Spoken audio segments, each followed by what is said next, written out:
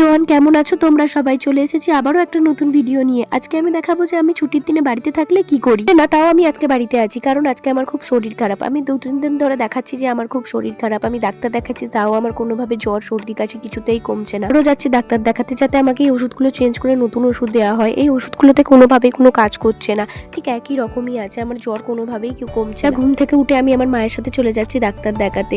আমার মা আমাকে নিয়ে যাচ্ছে। আমি একা একা যেতে পারলেও আমার মা আমাকে নিয়ে যাচ্ছিল কারণ আমি খুব অসুস্থ ছিলাম। তো গ্রামের সাইডে থাকি, তাই আমাদের এখান থেকে হসপিটাল যেতে অনেকটা সময় অনেকটা দূর লেগে যায়। তো আমাদেরকে প্রথমে যেতে হয় স্বাস্থ্যকেন্দ্রেতে ডাক্তার দেখানোর জন্য। আমি আজকে চলে গিয়েছিলাম স্বাস্থ্যকেন্দ্রেতে ডাক্তার দেখানোর জন্য। আমি আগের বারেও স্বাস্থ্যকেন্দ্র থেকে ডাক্তার দেখিয়ে ওষুধ নিয়েছিলাম। সাধারণত স্বাস্থ্যকেন্দ্র থেকে ডাক্তার দেখালেই আমাদের জ্বর সর্দি কাশি ছেড়ে যায়। উঠতে পারিনি, প্রায় 5 দিন ধরে বিছানাতে শুয়েছিলাম।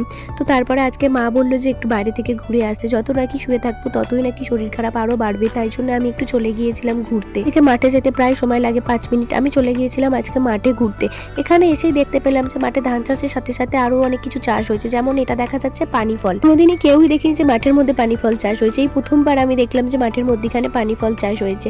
আমরা সাধারণত দেখে থাকি যে পুকুরের মধ্যখানে পানি ফল চাষ হয়। আমরা যখন বারাইপুর যাই তখনও দেখতে পাই যে পুকুরের মধ্যে পানি ফল চাষ হয়েছে। তাই আমাদের এই মাঠের মধ্যে প্রথমবার পানি ফল চাষ হয়েছে। এই দেখো একটা কাকু পানি ফলও তুলছে, যেটা হচ্ছে ওনাদের জমি, ওনারাই হচ্ছে পানি ফল তুলছে। খুব জ্বর ছিল, আমি কিছুতেই কিছু খেতে পারছিলাম না, তাই জন্য মুখ ছাড়ানোর জন্য আমি কিছু হিমচে শাক তুলছিলাম। এখানে কলমি শাক ছিল, কলমি শাকও তুলে নিচ্ছিলাম। কলমি শাকের বড়াও ভালো লাগে, আমি একবার কলমি শাকের বড়া খেয়েছিলাম। এর সাথে আমি নিয়ে নিয়েছিলাম কিছু হিমচে শাকও।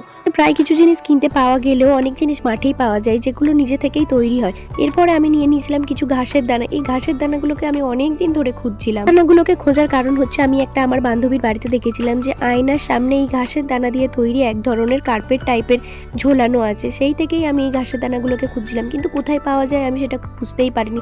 আমার বাড়ির পাশেই যে ঘাসের দানাগুলোকে পাওয়া যায় আমি জানতামই না। আমি অনেকবার দোকানে গিয়েছিলাম এই ঘাসের দানাগুলো কেনার জন্য, কিন্তু আমি সেগুলো দেখতেই পাইনি। এগুলো সম্পূর্ণভাবে না পাকলেও কিছু কিছু পেকেছিল। আমি কিছুটা দানা তুলে এনে রেখে দিয়েছিলাম। এরপরে আবার যাব একদিন, যখন এই ঘাসের দানাগুলো পুরোপুরি পেকে যাবে আমি তখন তুলে এনে কিছু একটা জিনিস বানিয়ে তোমাদেরকে দেখাবো। আমি তোমাদেরকে বলেছিলাম যে এই মাঠেতে ধান চাষ হয়, তোমরা দেখতেই পাচ্ছ যে এই মাঠেতে ধান চাষ হয়েছে।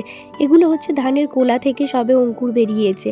এই যে ছোট ছোট ধান গাছগুলো দেখতে পাচ্ছ, এখানে পুরো জমি ধরে ধান চাষ করা হয়েছে। বছরে একবারই ধান চাষ করা হয়। অন্য অন্য জায়গায় যারা হচ্ছে বছরে 2-3 বার ধান চাষ করে, তাদের ধানগুলো এই শীতের সময় পেকে গেছে।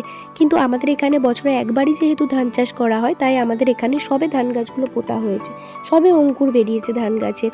তোমরা দেখতেই পাচ্ছ আমার এই দিকেও ধান চাষ, ওই দিকেও ধান চাষ। আর ওই যে জমিগুলো দেখতে পাচ্ছ, ওগুলো ঠিক জমি নয়, ওর মধ্যেখানে বড় বড় ঝিল আছে। তাই আমি তোমাদেরকে নিয়ে যাচ্ছি, চলো। এই যে গাছ, এটা কি গাছ তোমরাই বলো তো দেখি। এইটা হচ্ছে শাঁকালু গাছ, কিন্তু শিম গাছ নয়। এর দানাগুলো শিম গাছের মতো দেখতে হলেও এটা হচ্ছে শাঁকালুর গাছ। কিন্তু মাটির উপরে হয় না, শাঁকালু মাটির নিচে হয়। এই দানাগুলো থেকে কিন্তু শাঁকালু তৈরি হয় না, শাঁকালু মূল। ওই যে গাছটা দেখতে পেলে, ওই গাছের নিচেতেই হচ্ছে শাঁকালু তৈরি হয়ে আছে।